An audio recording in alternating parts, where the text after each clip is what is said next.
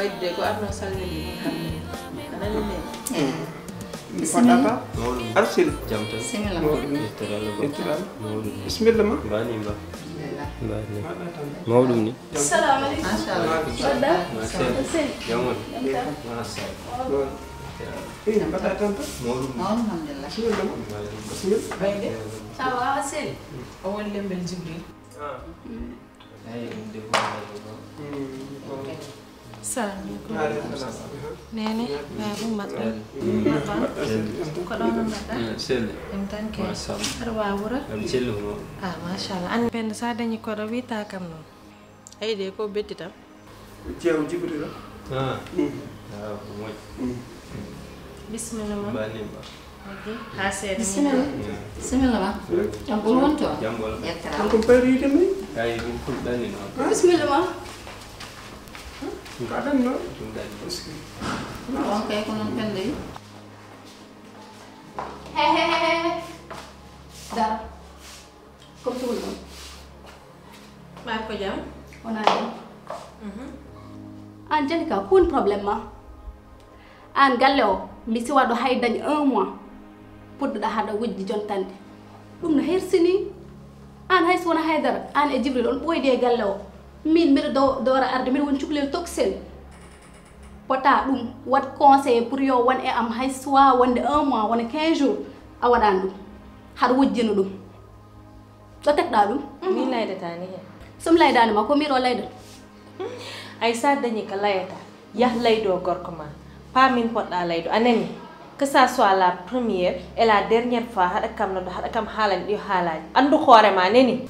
ay mi hebin dannade ni mi yehino ha Italie est-ce que machallah ndeysan ko non de wonde cukalel de hoto had neddo jogade jom bon kadi hunde fo ko cukago dañete machallah te yimbe fo ni jiya wuro ngo natti welde dum non so neddo jogima hakkille yaade bangeji goddini yiloyo dum ko yettere Allah machallah yalla timmin yalla wadi hen barke kadi ko nyaaga don duwaw tan edi nde wonno won galle mo mahami ko non wi kay ko hen gonmi yid non badno mi duwaw bele ne yetto e dow jam e won ko heewi ko coomi nder hen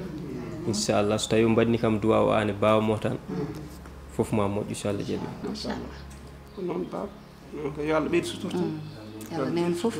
Allah newn fof wallahi sukunu baliru wasan haydar machallah Allah ko yettere Allah ko laydat non ko e gorkam mi laydi dum mun ha pari te ay so mi dañama ko laydi mi ma mi arata mi haalda baado ma dum haddum andi ko moji debbaji an anda hore ma de sa kam rinaki nak mi murtan mo wura he hay goto wawata hen dalta hay goto nalata murtan ma hami jodo dow ma ya andu hore ma na potna hore ma anani kam ande ko kalda ko a watta dum murta kam mino ande nyande kalde kinda ha jongo ma ummi wi fayata am andune dawgal ma don haadat a seret jetta mbaga soñ ma pa bowal min mi fa bowal an déjà tu souffres bébé ndax gorko ma am gondani hada wada cippi ko min yidi kete ko min wonat ay simma okkani a dañata welno mi tan bawa dañ neni don baggirda hoore ma sa sikkin hadu waywa adani baggo hoore ma wana min gonda e baggude ko kalno ma ko mi haalnimo dum a wadani bandi hay an so dum benni kadi baba an kam mi nani wonde ka neddo mo ganduda ko kelifaado e der galle mum kadi ka neddo mo ganduda mo yida ko woni gede jahoje e tiakan yimbe fo ni gandirma dum ne wadi min nenne jinmi so tawi yehi ha Allah wadi mi gayni gallamo ha gassi mi ƴeewo bile dewgalame penda ene hume so tawi dum benni yon saha ko heddi ko kam bidan sattani machallah yalla timmi hakkunde jibinde dewnude wonko bili don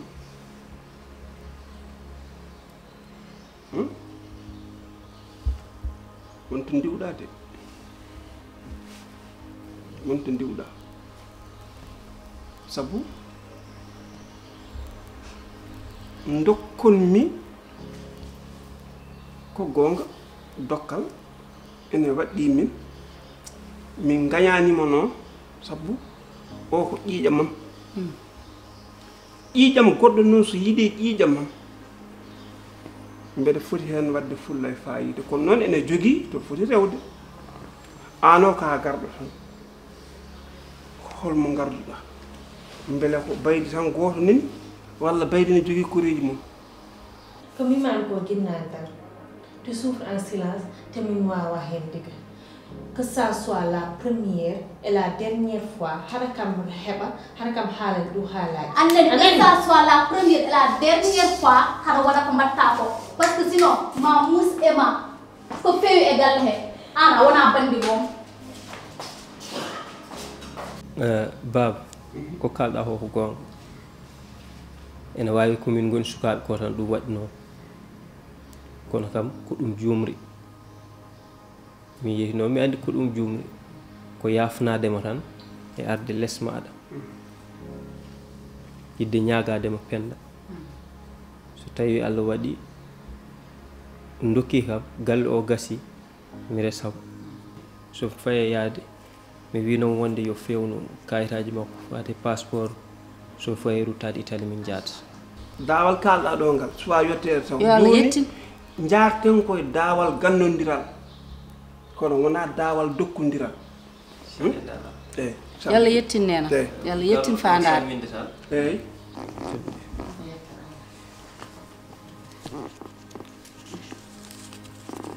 jawɓe ɗo hewani noon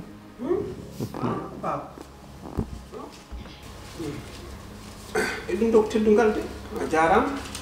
ɗum kam heewani famɗani on noon ko teddungal tan machallah wadde mi salmini on bisimilla ma ke jarama bisimilla pen ande ya dusmo ngara machallah o woɗɗoy no feewi noon machallah machallah eyi an ko biftoɗa ɗum ɗo mbitara ko mbaɗa anduma mbaɗ ɗum heewi hemade min an hewani kitan kono ko teddungal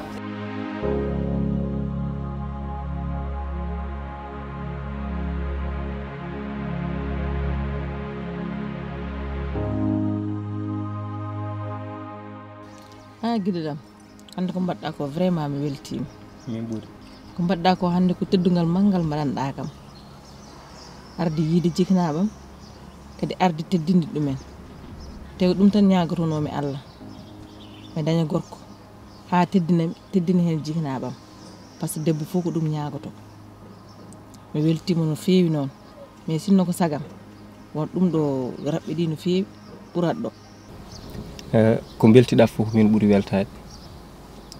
kadi ko mbanmi ko min mbiyami komi waɗani haydara ko foddam tan mbanmi min ko jeeymi ko an jeeyi ɗum ala mo ndendumi so wona an jinnaɓe maɓe koɓe moƴƴuɓe kadi koɓe tedduɓe wallahi mbiɗa yawi so won sagam kay min ko resdemo tawaɗa takkimi hono mbiyannumami ni nden ha joni koye ɗum tan keddimi mataw kono yaari ni tan Layla gogo alan yeeso eyi de mbaɗɗa jam tan machallah hoɗum ke mbimi naɗe nde sehil pendo o ari ɗo nde mi yima aɗa darde Jalika ko wiyannoma Jalika de mi andu haalande ɗum gonga foti par ce que ayi Jibril ko woniri ko fof joni mi waɗi rendre compte ken o teyani ɗum fof koye Jalika kam yahat toon so Jibril yahi toon o ƴakka noppi muɗi halla ko ɗum jaam so ari ɗo entenen omo waɗa comporté o e am no wela te ɗum ɗon mi oppata ɗum yawta ɗum waɗi nane garmi miɗa ɗum andin ɗum ɗon ay no mbaɗɗa ni ko noon tigui no mbaɗɗamo ni ko noon teɗani min sinno ko sagam ko bandam wona hay galle he min kala ko jeeymi woto jogo hen sikki sa yiiɗi ƴettu guila mi tintinanima kalɗa ko ɓe nani ɗum kadi rokki kam kadi hoolare no mbimami ni tan ñagotomi Allah tan ko yo Allah yettin ɗum amin ko heddi ko noon goppen ɗum e juuɗe Allah so ɗum ɓenni ɗum ni tan mbaɗami mbiɗandi ɗum ɗo heewani ko 60.000 woni ɗo jinmi ko ƴeewa nawa ɗum ƴeewa passeport ma o no pewnirɗa ɗum e wonde kayitaji goɗɗi dewoji hen kala ala annen gillam kay mi memara ɗum mimirta kuɗel saha leggal i annen ko mbaɗɗa nder golle ko kay yoni teddungal min no sonno ko sagam a accirtu noon tan gonga ni ko garɗa ɗo ko kam ni famɗi sonno ko sagam a ñallanno kam ɓurani yewtude ɓura andodirde jiknaɓe mais hono dani annene mbiya aɗa watta ɗum ɗo hoto hirsinam annene guiɗilam min mi wima kala ko jeeymi ko an jeeyi a tade ko noon jiɗirɗa tan mi waɗiranma noon gasi gara mi yiiɗa ko musma inchallah no mbiɗa ni ko noon mbaɗanni janggo fajar 3 nden jahanmi kayitaji haydara ko keddanmi hen ha guiɗilam vraiment mi weltima min ɓuuri ko beltiɗa mi weltima no feewi te mbiɗa ñagorma kadi yo Allah yettin ko heddi ko amin inchallah amin wadde mbeɗem yaha jakkoɗo jarama eyi weltanimama no feewi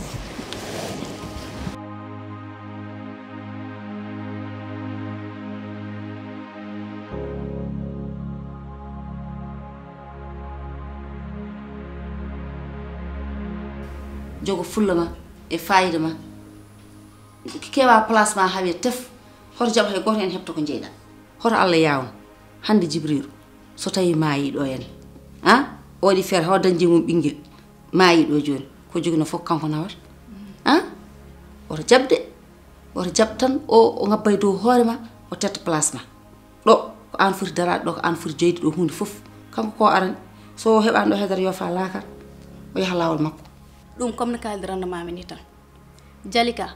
min e mun e nder galle o tant que réglani wi kocc min réglat ɗum ha jooɗo place goto te hakkundam e Jibril mi wonta ɗum hen okko foti no 15 très bien min e mun e nder galle he wallahi l azim ma andu fof ko gonga par ce que mi okkata ɗum hay dara hay ndeg par ce que mi ƴeewi ha ƴewtindemi komi goppide ɗum e ko woni ko il est temps noon mi hippiti guitam mi daro mi huccidira mun mi haalda mun kaldanmi mun ko min mbiyata ko alhamdulillah rabbil alamin min dal ko ɗum tan mbimami ɓerdam ɓuuɓi to pawɗa koyngal ma ngal ɗo ko ɗon tan hoto jaɓa hay goto heɓta place ma anani mbaɗan yaha nder d' accord kon eyi inchallah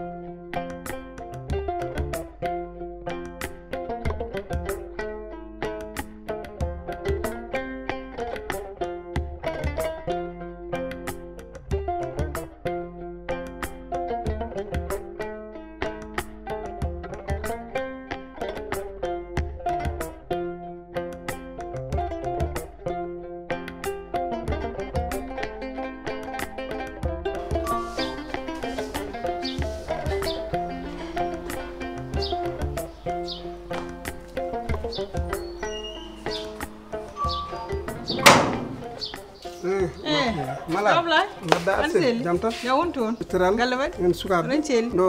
ki joom galle ma ren ceeli kam ya wonto on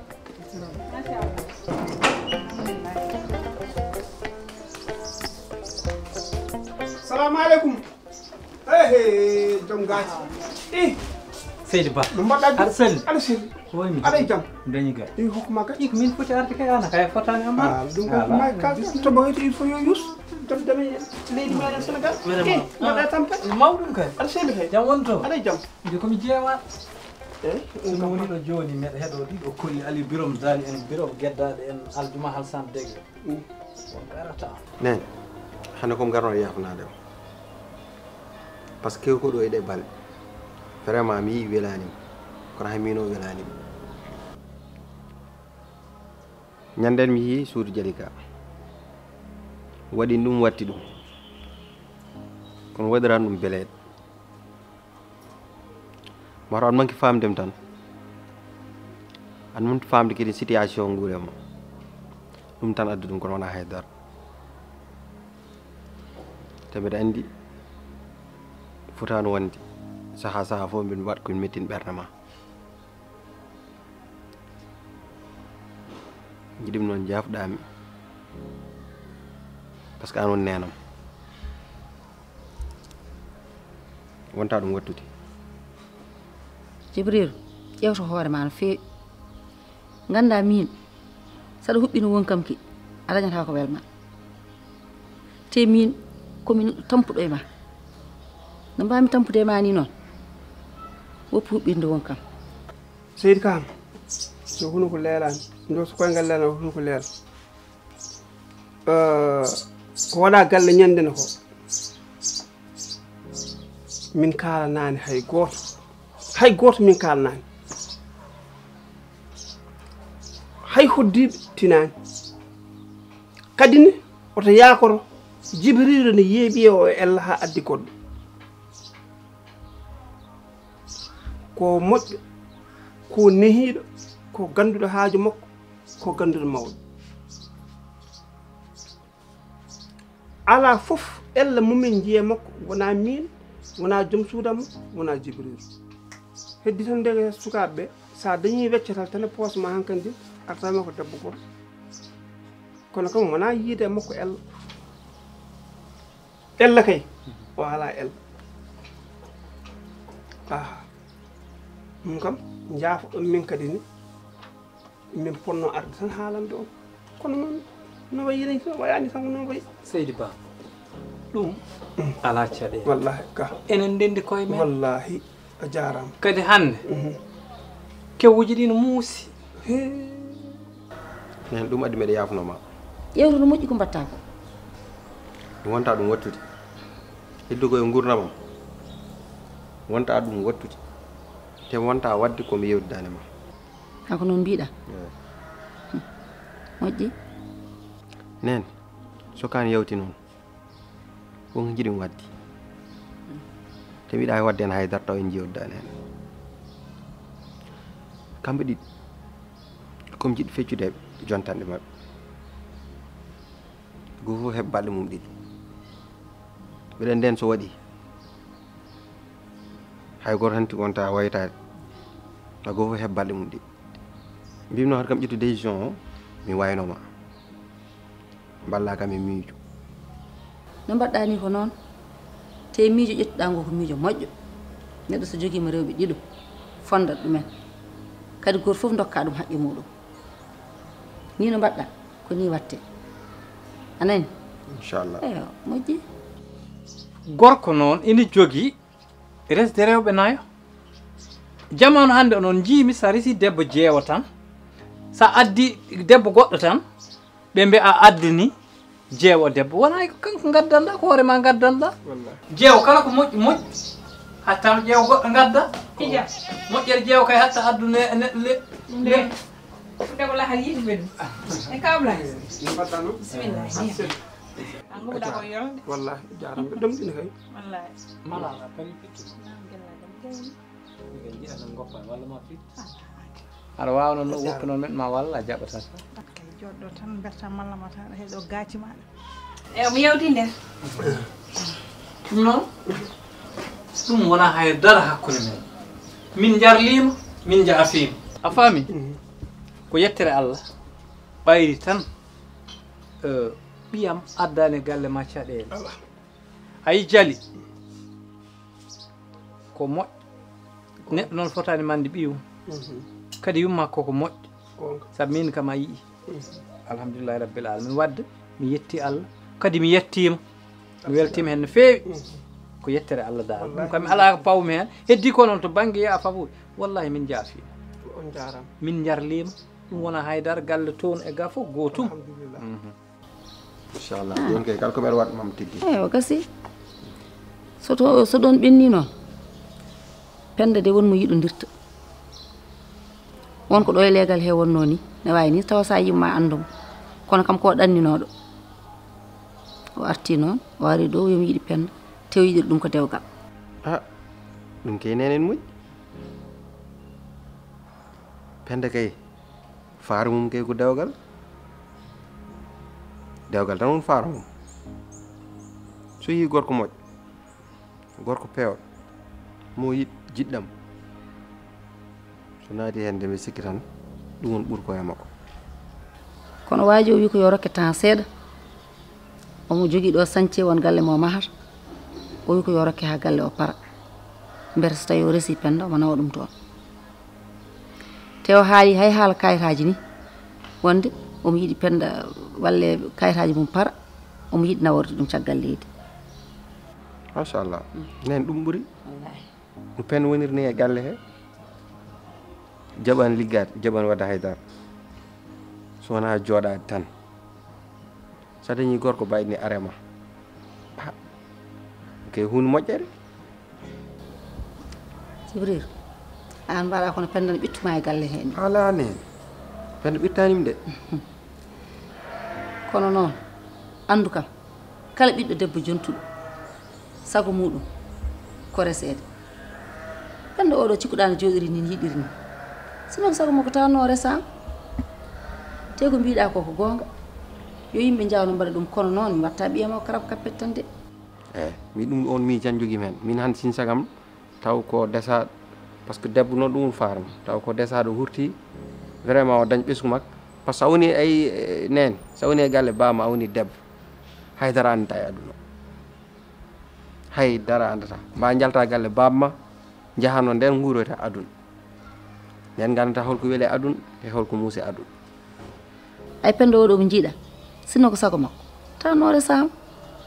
kono noon mata ko joni Allah addi ñaagoɗen Allah tan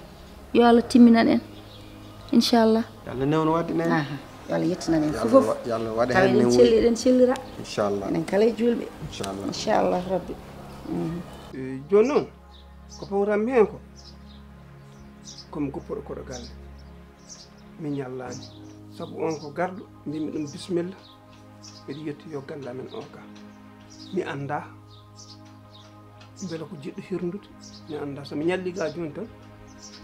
won min wawi yiɗi yaade taw mi ala ɗon wallay so anduno kewi koye galle a ñallat namno mikki hande malaɗo defi ko maaro tew rane o joni yo dole jaam tan min kay do joni koko mbimami ko tan ala fof wawi tardudemi hanke ne joni kay yaafam tan mi yaha nani Allah jarama jarama mi salminima machallah sirka jarama e mbimi seydi Ba onon kam mbaɗon yangue moom oɗon woni baba pire kirson tan hoore arani galle jallo minen haydara min mbaɗani noon oto yaworo wonko waɗa moƴƴani ara galle wallahi somi ari galle ma mama min mbaɗani kono waɗen hakkille ma ay koy gorko ge nayi wi e aduna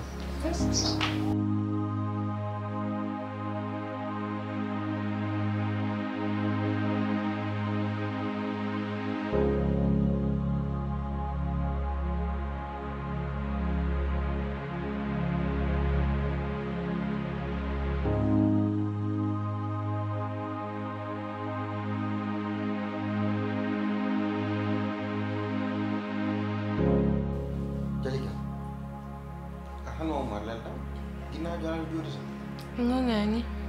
on mi gongani ginnana joni aɗan jooɗi tan holko woni probléme ma dika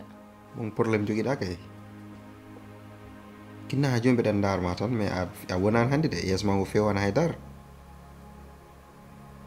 hoto suuɗam haalnam ko woni Jibril harande gila ni gadduɗa kam ngo wura min waɗa ko potmi ko wat min waɗa kala ko debbo desaɗo foti wat min ɗum waɗa te an haɗa andi min mini muña mbeɗa wawi muñ nak ka nene ma waɗat ko fof a miñuma Penda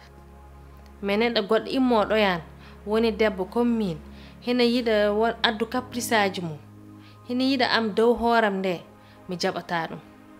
ginnani nak on waɗi kam escalier he pour min kala warata kam nak mais hina kam nodda guerre dara comme tout le monde ɓa ko jam wona jam an jani ka ko woni probléme ma an galle o mi siwaɗo hay dañi 1 mois podduɗa haɗa wujji jontande ɗum no hersini an hay so wona haydara an e Jibril on ɓoyde e galle o min mbiɗa dowra arde mbiɗa woni cukalel toksel pota ɗum wat conseil pour yo won e am hay soa wonde 1 mois wona 15 jours a waɗani ɗum haɗa wujjino ɗum ɗo tekɗa ɗum min laydetani hen sum laydani ma ko miro laydo ay sa dañi ka layata yah laydo gorko ma pas min podda laydo anani que ça soit la première et la dernière fois hada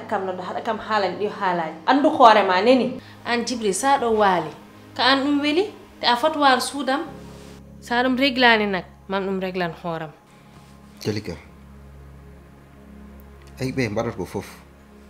an sa faman dum anda man pamata Leila wana kanko wadat won bi tiagal mak en badnam min ko jid munya Leila parce que cuklel faman haydar taw do yesen wawo fam min hoora min kaldo boyema saha saha fu mbi on waddo gede ngannada hoore ma mais be sikran of o manki famdu quoi a fami te dum non ala problème dum sem jogim problème yonte dem do yeti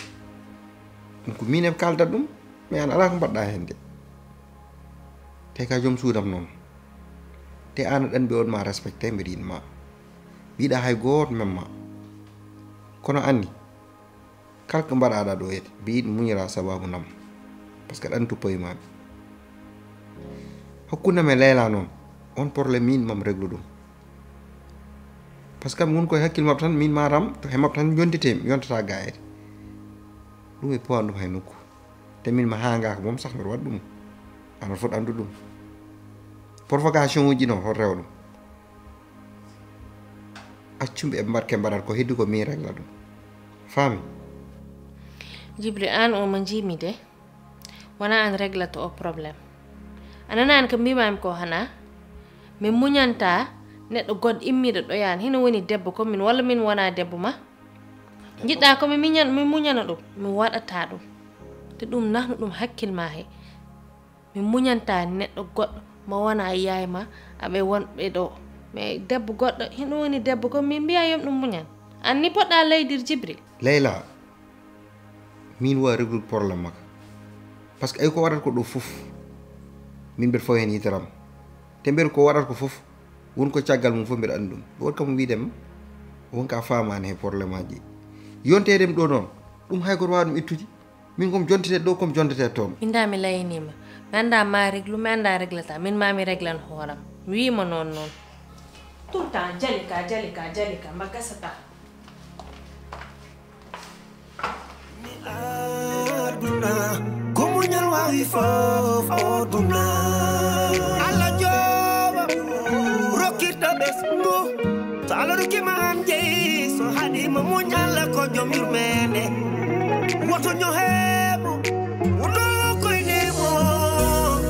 woto mo ningurna mako